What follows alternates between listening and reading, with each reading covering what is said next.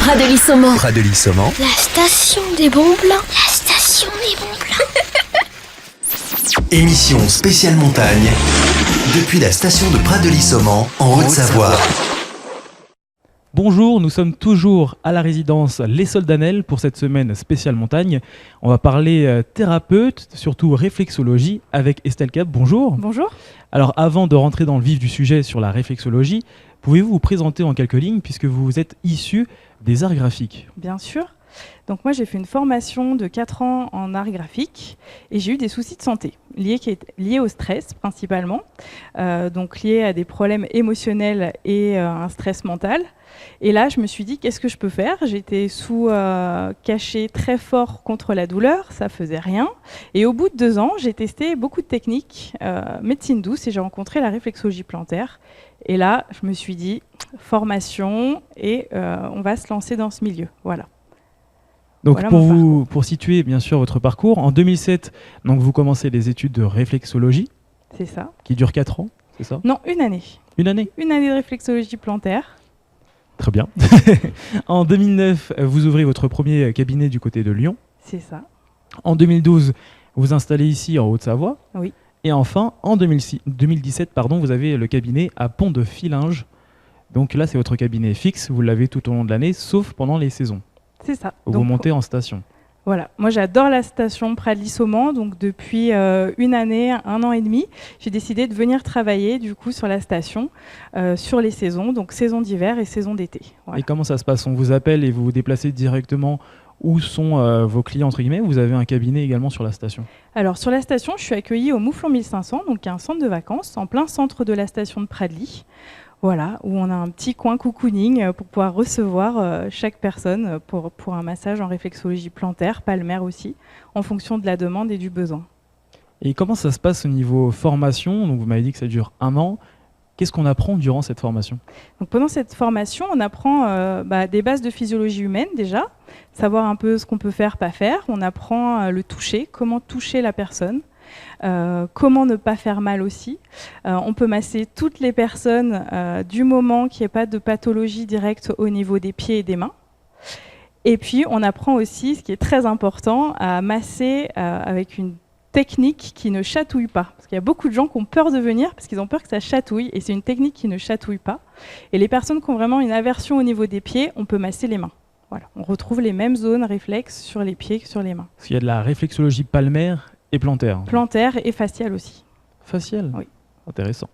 Et si jamais, peut-être il y a des contre-indications, comment on vous appelle, on vous dit voilà j'ai tel âge, ou comment ça se passe? Il y a des contre-indications? Donc les contre-indications, elles sont très courtes. Ça va être les personnes qui ont des problèmes vraiment circulatoires graves, comme tout ce qui est phlébite.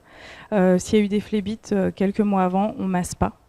Voilà. Après, c'est vraiment s'il y a des soucis au niveau du pied, un pied cassé, avec vraiment un pied qu'on ne peut pas aller toucher, on n'y va pas. Sur des problèmes mentaux graves, des maladies mentales vraiment avérées, on fait très attention aussi. On peut masser, mais dans un certain critère, avec certains critères.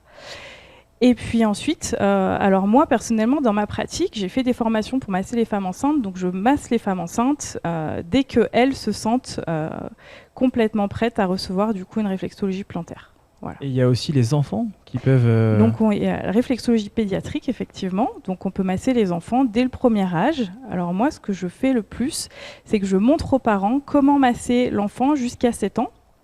Et à partir de 7-8 ans, là c'est moi qui commence à prendre en charge l'enfant. Et j'ai cru apercevoir en préparant cette interview qu'il y a aussi les animaux qui peuvent bénéficier de la réflexologie. Est-ce que vous avez des petites infos? Comment ça se passe? Quels animaux? Est-ce que tous les animaux... Moi, je ne m'occupe pas des animaux. J'ai un chien que je masse de temps en temps. Mais je n'ai pas l'habitude du coup de travailler sur les animaux. Mais je sais que ça existe effectivement. Que ça peut être intéressant pour les animaux. Exactement. La question que je voulais vous poser, c'est que soigne-t-on avec la réflexologie? Est-ce que je sais qu'il y a des zones aussi au niveau des pieds et des mains, donc... Par exemple, que peut-on soigner avec la réflexologie? Donc, sur les pieds et sous les pieds, on va retrouver une carte qui a été établie au niveau donc, des organes et des articulations du corps. Et là, on va aller masser ce qu'on appelle des zones réflexes. Donc, on va aller toucher une zone, par exemple, qui va correspondre à la zone des cervicales. Et ça va aller donner une information au niveau du cerveau, qui va aller donner une information au niveau du corps C'est pour ça que ça s'appelle réflexe, parce que ça fonctionne en réflexe. Et c'est là, du coup, que ça va créer une détente, ça va travailler sur le système nerveux. Et la détente au niveau du système nerveux va aller détendre la zone qui peut être tendue ou lésée ou abîmée. Voilà. Tout se passe en fait avec des connexions nerveuses, tout simplement pour soigner, sans aller directement, par exemple sur les cervicales, on passe directement soit par les pieds et par les mains. Et il me semble que la réflexologie, ça vient de l'Égypte ancienne, c'est ça à peu près ? C'est ça, la réflexologie, on la retrouve en fait dans toute médecine ancestrale, donc les médecines ancestrales aussi bien chinoises que tout ce qu'on va retrouver en Inde aussi. Moi, j'ai découvert la réflexologie tibétaine il y a quelques années. Et puis ensuite, il y a des médecins un peu novateurs comme le docteur Manzanares, qui est un médecin espagnol, qui lui a recréé des techniques, il a fait un travail de recherche médicale en fait sur des zones, donc il a refait des nouvelles cartes, remis à jour du coup des pratiques et des techniques. Donc c'est en évolution en fait constante. Et si, admettons, on est tout seul chez nous et qu'on a mal à un point, est-ce qu'on peut se faire nous-mêmes de la réflexologie ? Est-ce que vous pouvez nous donner par exemple des points de compression, si je puis dire, on peut appuyer si jamais on a mal quelque part, par exemple ? Donc oui, on peut faire en automassage. Donc en automassage, c'est plus facile sur les mains que sur les pieds. Alors si on est très souple, on peut aller se toucher les pieds. Il y a une zone qui correspond effectivement au diaphragme, à un point du diaphragme, qui est le plexus solaire, qui est facile d'atteinte, où là, on peut vraiment aller se le masser tout seul sur les pieds, sur les mains. Voilà. D'accord. On peut retrouver sinon sur Internet, je suppose, il y a les cartes, Exactement. comme on en parlait tout à l'heure. Oui. Et pour les vacanciers qui séjournent ou séjourneront au sein de la station, quels bienfaits pouvez-vous leur apporter grâce à la réflexologie, par exemple, à la fin d'une journée de ski ou de snowboard, par exemple ? Donc sur les skieurs, les randonneurs aussi, on va travailler tout ce qui est drainage lymphatique, tout ce qui va être douleur articulaire au niveau du pied. On va pouvoir aussi créer du coup une détente, une élasticité au niveau de la cheville, au niveau du pied qui est comprimé dans la chaussure. Donc ça va faire beaucoup de bien à ce niveau-là.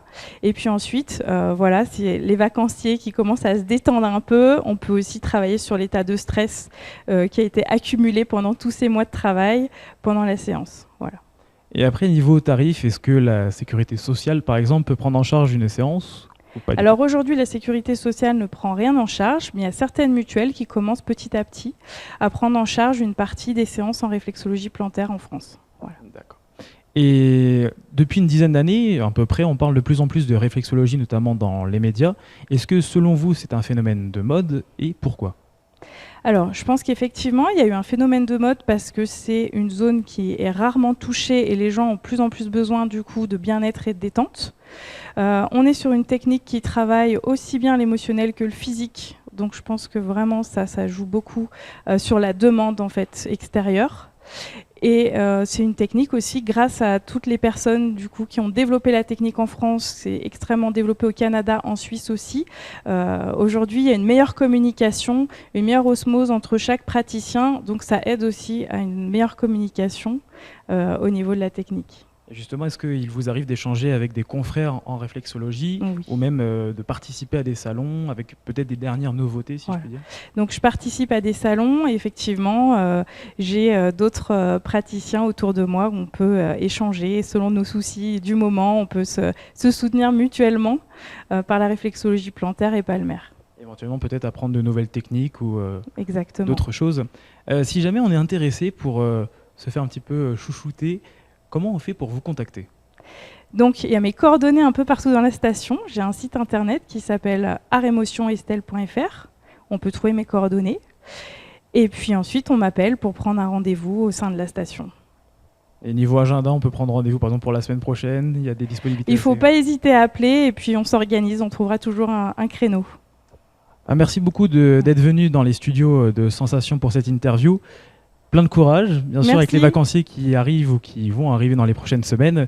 Vous pourrez retrouver cette interview en podcast et sur la chaîne YouTube de Sensation. Sensation Alpes. La radio de Pradelles-Lille-Saumon.